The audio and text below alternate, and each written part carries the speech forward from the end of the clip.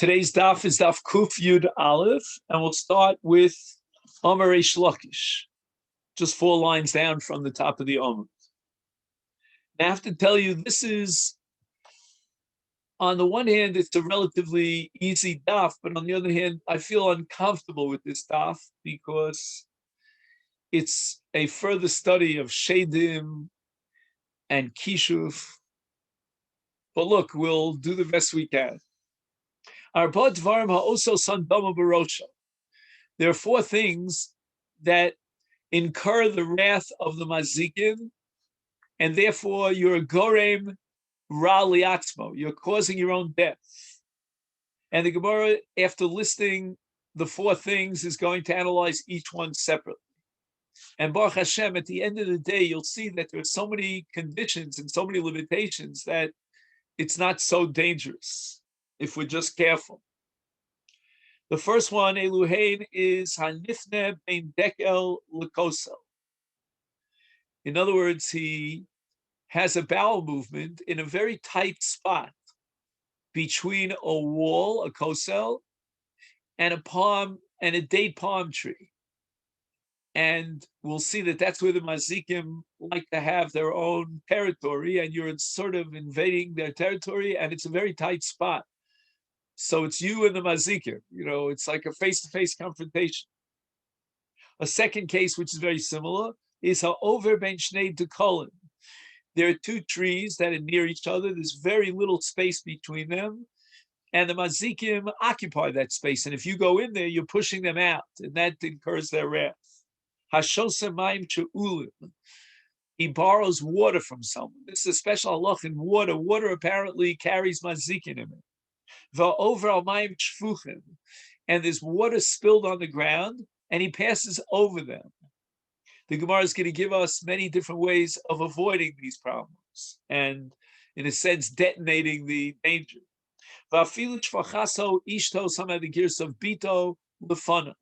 Even if he was there when his wife or his daughter poured the water on the ground, he's not allowed to, he should be very careful not to jump over the water.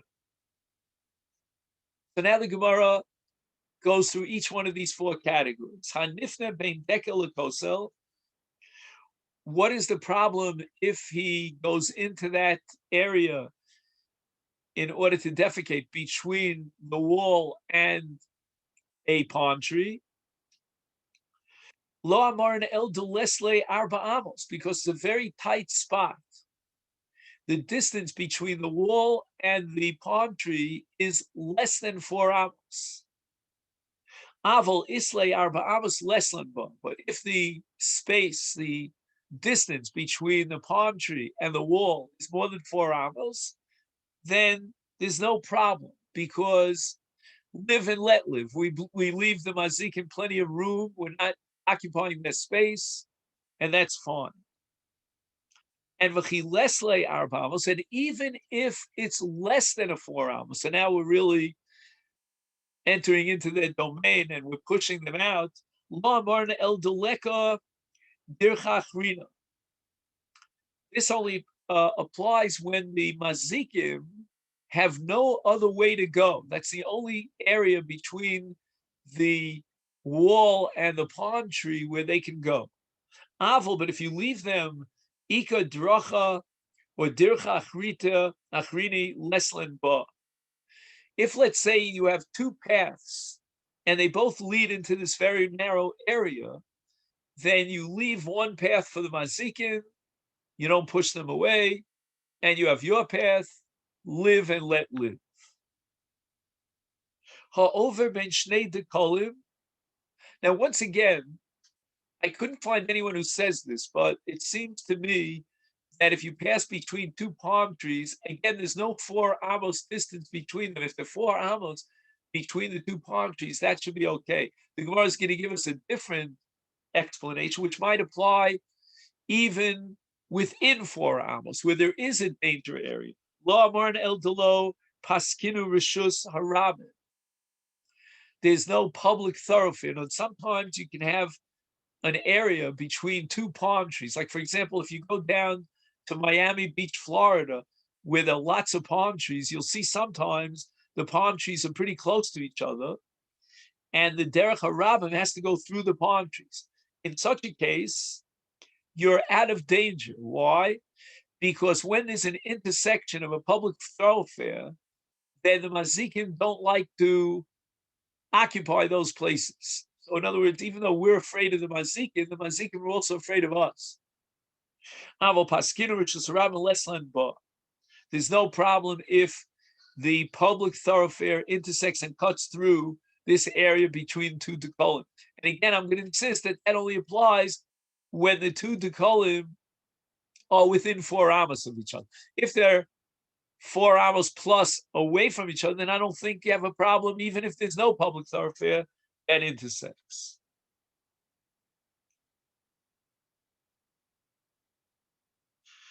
Now we get to the third case of Reish Lakish, Hashotzim Mayim Cheulim. We thought that it means that somebody gave you some water to drink. No. Lo amaran ela d'chaylinon katan. A child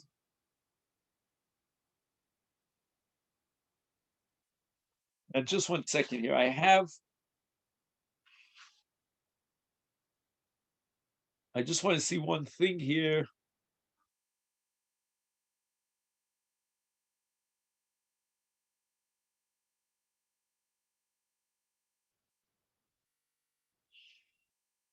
So again, I think what happens here is that a katan took water from someone else,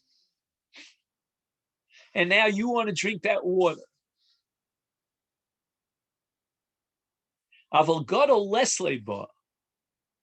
If, on the other hand, the water that you're drinking was supplied to you by an older person, a mature person, who in turn had borrowed that water from someone else, that's not a problem.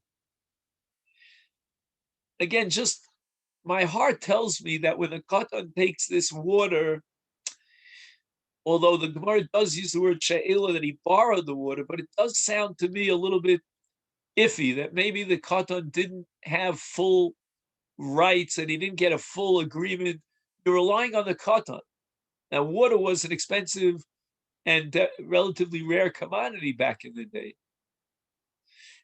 Even in my time, I remember in New York City, there was one point where there was a dearth of water, and there were very strict rules about how much water you were allowed to take. So if the katan he says he borrowed the water, maybe he can't rely on the katan.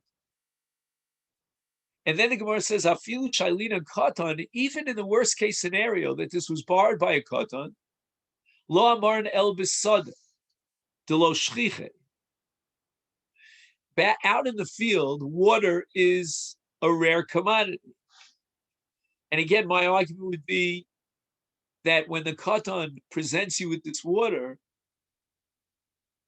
and you're out in the field, once again, did the katan really get full permission when he borrowed the water? Not clear. There's another possibility here, which he quotes here the name of some of the achronim, that maybe the mazikin themselves need water to drink. And therefore, there's, in a case where there's a rare volume of water that's available, you're, in a sense, confronting them because they want to have access to the water. But Be'ir, in the city, the shchichi, there's plenty of available water to drink, less lan ba, which might mean again that the katan got full permission, or it might mean that the mazikim are not competing with you for that water. Afilu bisada lo amaran ela maya aval chamra v'shikra less lan ba. Other beverages like wine or beer are not included. The mazikim are attracted to mayim. For some reason, he says here, haruach hara'ah shora al hamayim v'rak al hamayim. Once is a production of something else, wine, beer, then there's no problem.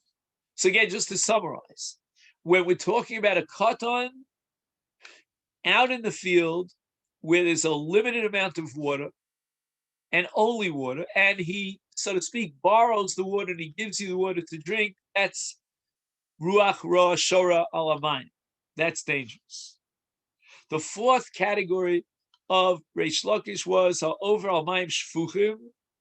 He passes over water on the ground, but again, it seems that we're not dealing with rainwater that piled up on the ground as a puddle of water, but rather water that was spilled as a matter of a human action. That's where the mazik and the ruach ra tends to gravitate. But lamar and eladolaf sikinu be afra. So there are a few things that you can do to this water to take the ruach ra out of the water. One of them is to throw afar, to throw dirt into the water. Another option is lotof be ruka. If he spits his saliva into the water, that already detonates the power of the ruach ra. Avalaf sekinu, if he threw dirt into the water, tough bay roka, or he spits saliva into it, Meslan, but it's not dangerous. This water was recently spilled, and you're within that same time period. So it's fresh, so to speak, recently been poured. Lo avar leu shitin nigre. So if night fell, overnight the water is detonated, it's mitigated, it's no longer dangerous. And if people walked in the water, now how many people walked in the water? Shitin nigre. Nigre are pisiot, steps. So if there were 60 pisiot, he tells you, Im avrale shimsha v'avralayu shitin nigre leslan b'adis no chash v'lo amaran. And when is there a fear of ruach ra, of danger? Ella delo rachiv chamra v'lo sayim misane avol rachiv chamra v'sayim misane leslan ba. If he's not wearing his shoes and he's not riding an animal, then it could be dangerous. But if he's riding a donkey or he puts on his shoes, then he will not be ill affected by this spilled water. And in the footnote, he writes, Hainu sharuach ra mazika li overal amayim shofchim rak im ein eskol tnaim alalu. Lo pizer afar, then it's dangerous. Lo raku tochamayim, didn't spit into a lo overal leim shemesh, the sun didn't set. V'lo overal leim shishim psios, v'eno over rochem alchamar, v'eno nol menalim. So if any one of those 6 conditions came to pass, then there's no danger. Tonu Rabbanu, we learned in the Brisa. By the way, on this topic of wearing shoes, I have to tell you, I don't know if you relate to this, but when I was a child, my parents were very careful. They always made sure the tarnish gain barvis. You're not allowed to go barefoot. Now, I wasn't talking about, going out where there are pebbles and maybe, nails or needles or dangerous objects. So when I would ask, why Dad or Mom, why are you so into this thing that I shouldn't go barefoot? They told me because only Avelim, Nebuch, Rahman al-Islam, those who are bereaved, they go barefoot.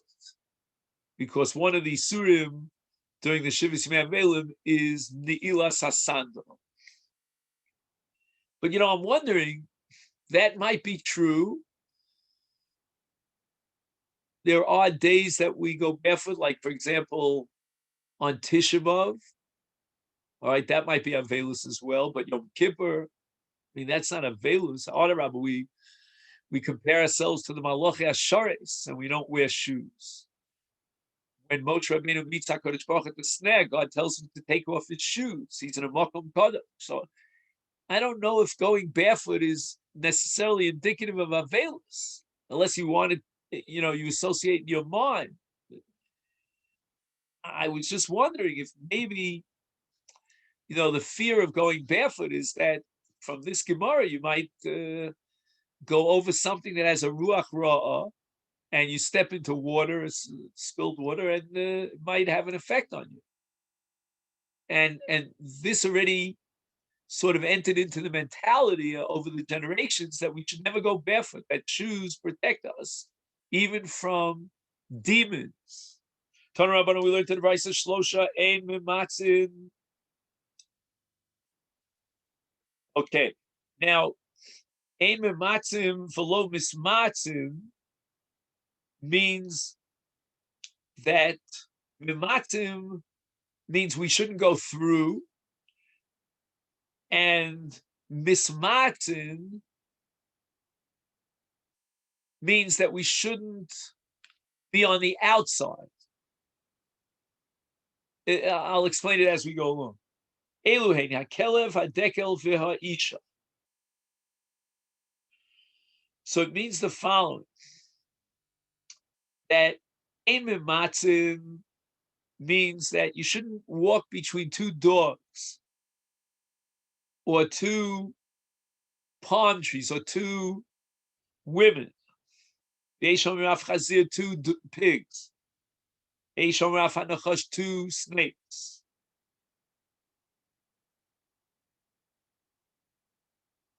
That's ein mimatzin v'lo mismatzin.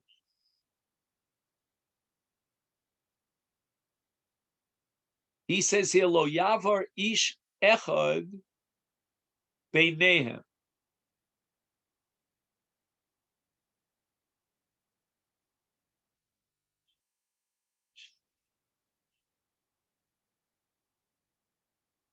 So I think I misinterpreted. Lo mismatzin means that a person shouldn't walk between two dogs, etc. Ve'ein mimatzim means that two people should not be on two sides, letting a dog go through between them. My takante. Now, this phrase, my takante, is going to appear over and over again. We saw it yesterday. We'll see it a few times today. What happens if inadvertently you found yourself walking between two palm trees, etc.? What can he do now that he's been exposed to these mazikim? Rav Papa, so Rav Papa says, Niftach, he should recite a pasuk that begins be'el v'nafsik be'el. That the first word in the pasuk is el and the last is el. So this is a pasuk in Parshas Balak.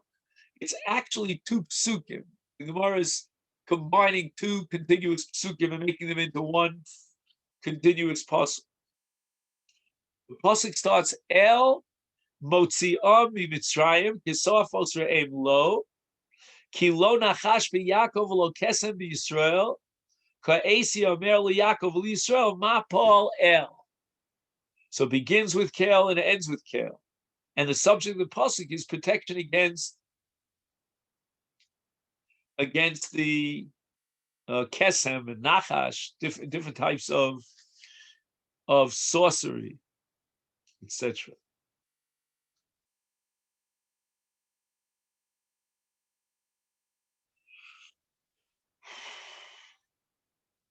Inami, another possible way of protecting yourself from this danger is niftach below v'nafsik below. Look for a pasuk again in Parshas Balak that begins with a lo and ends with a lo.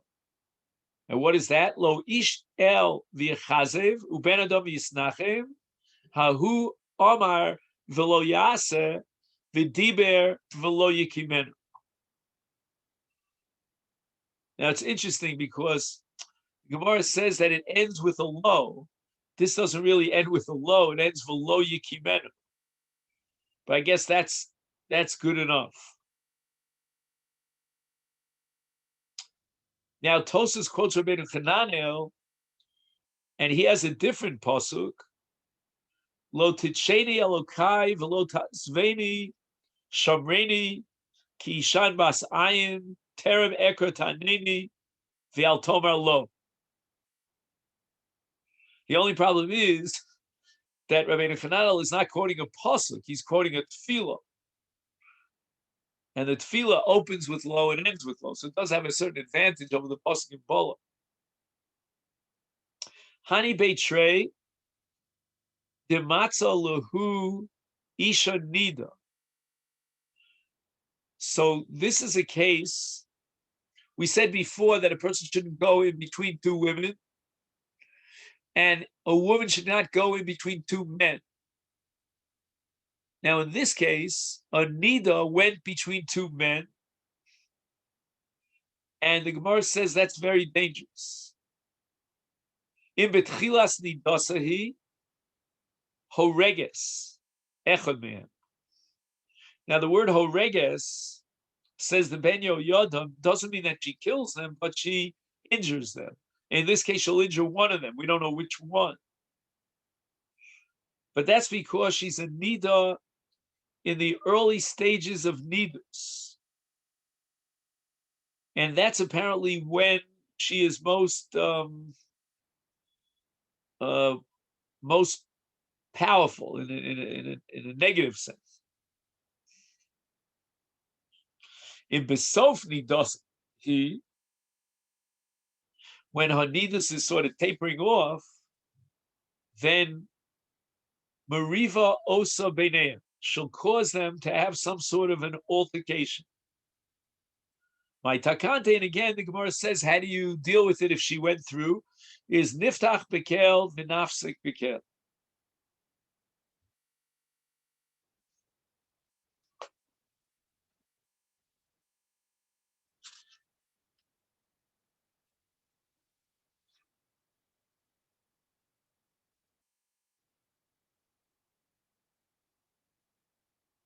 He says in the name of the Maharsha that if a woman goes through between these two men, then you start with the pasuk and end with the pasuk.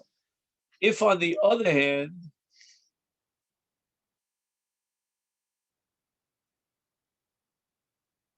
he went between two women,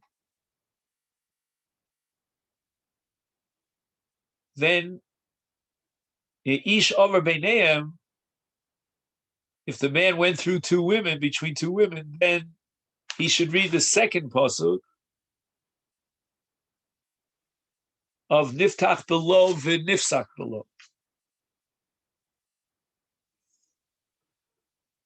Ani trei noshi diyosman v'parshas drachim. So we're talking about a case of two women who are sitting at the fork in the road.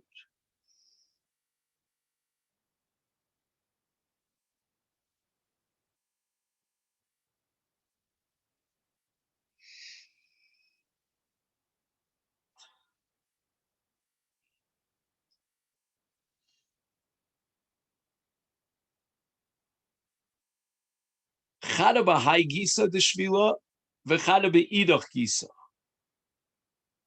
So one woman is on this side of the road, and the other is on the other side of the road. And it doesn't say that she's either one of them on nidas. Umechavnan apayu la'dadi, and they're looking face to face on two sides of the road. Something suspicious.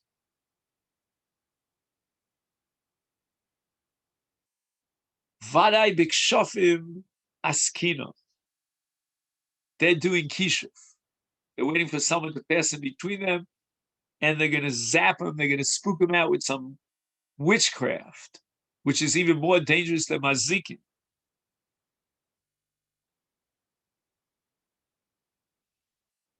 And he went through between them.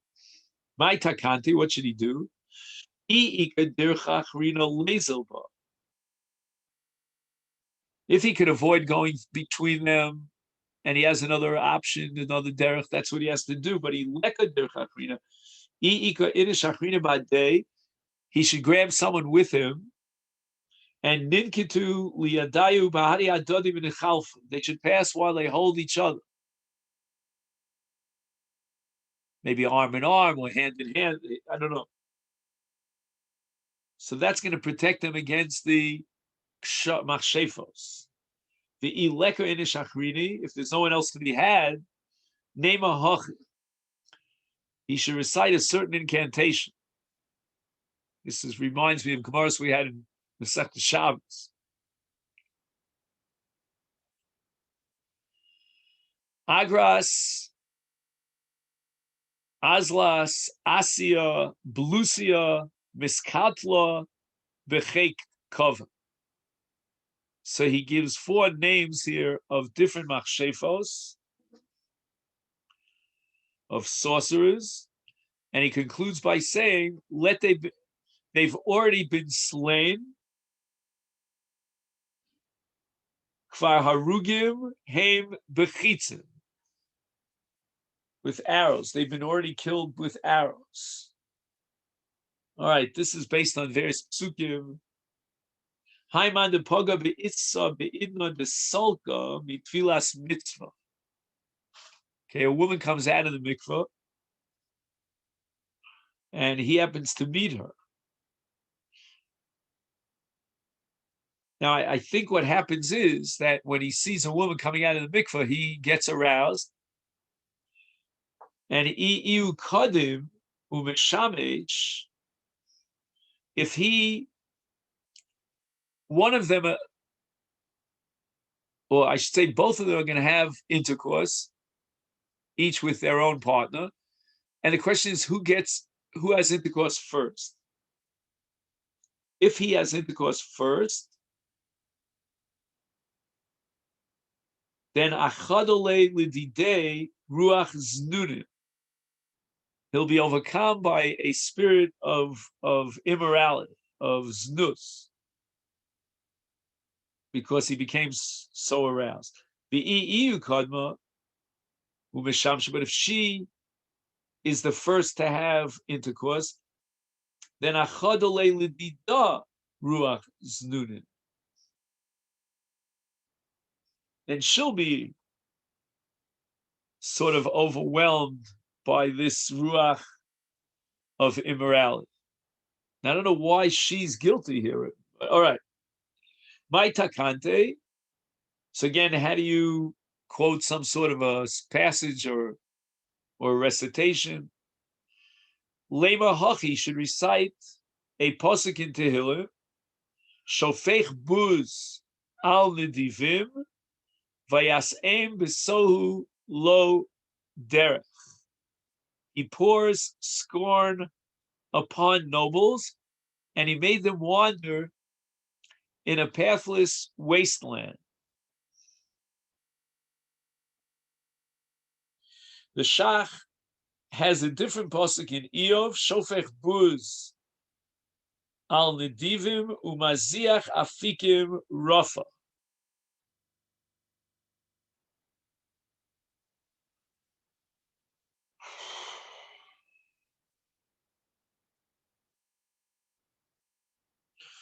And he loosens the girdle of the strong. The Shach passes that you should say both psukim. Omar Rabbi Yitzchak, my dichsiv. What does the pasuk mean in Tehillim? A very famous pasuk, the 23rd Psalm. The Lord is my shepherd. Gam ki elech begates halmavis lo irara ki ata imadi. I walk through the valley of the shadow of death, and you are with me, and no evil will befall me. I don't fear evil. What is considered a gay salmavis? The valley overshadowed by death.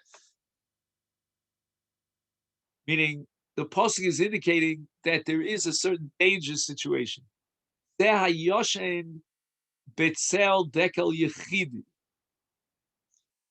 there's one single palm tree, and it gives shade, and he went to sleep in the shade.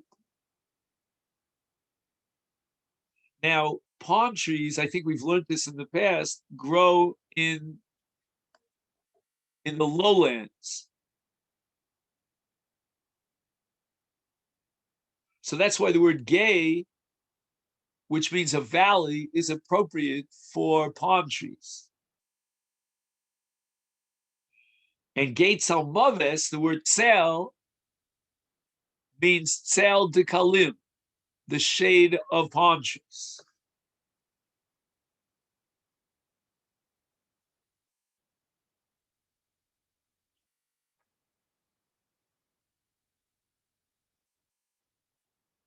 So it's really interesting because before we spoke about the danger of finding yourself between two palm trees. Now we're saying Dafka one palm tree is dangerous. If you sleep in its shadow, in its shade. What else is dangerous? Says Rabbi Yitzchak Betzel Levana. Shalavana Me'ira, when the moon gives light, Yesh Tzel Meha Ksalim, the light bounces off the walls. V'hu holech b'tzila.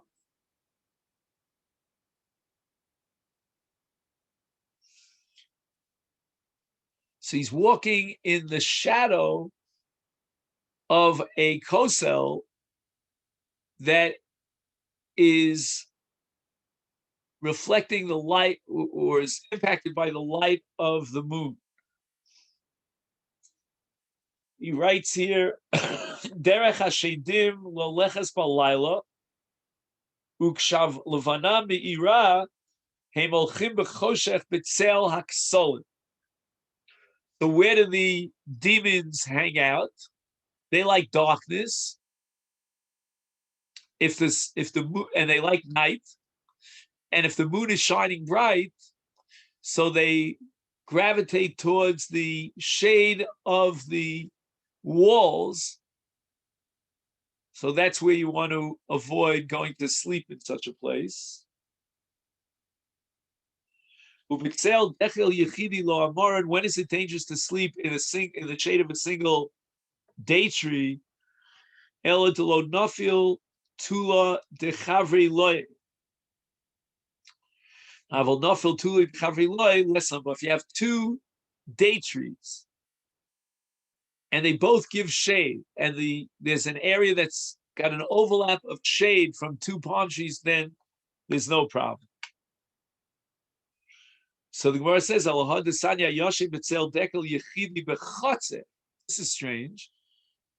We have a brisa that says that the problem of sleeping in the shade of a single palm tree is only in a chotzer, in a yard. And apparently a chotzer is a narrow place, so the shade has nowhere to go. So he, takes over that small, narrow area, and then he's mazik. He does the terrible injuries that he does. But in any event, getting back to the tzel of Dekel, it seems the sakon is only in a chotzer. Hechi dami. What's the case of the brisa? Ilema, if it's going to say delo nafil tula dechavri loye, if there's only one dekel that's giving shade, is afilu besada nami. Why do you tell me that there's only a sakana? In a chotzer, even out in the fields, is a sakana. Lav shmamina, you must be talking about a case, since the brisa limits it to a chotzer. Bechotzer afal gav the nafil tula dechavri loye. Shmamina, even though you have two palm trees and their shade overlaps, in a chotzer, it's a very narrow area, and that's where the shadim hang out. It's dangerous to sleep there. Ubetzida shalavana amara ela bimarava. So it means that towards the end of the month, when the Levana rises in the east and casts a shadow on the walls in the west, that's dangerous. Aval, but at the beginning of the month, when the moon rises from the western side, Batzel Bibdincha, which on the eastern side, Leslan Ba. That's nothing to be worried about. Again, at the end of the month, the moon is in the eastern sky, and one who lies on the western side of the wall will be in the moon's shadow. So that's at the end of the month. And that's dangerous. However, in the beginning of the month, the moon is in the western sky, and one who lies on the eastern side of the wall will be in the moon's shadow and Leslan Ba.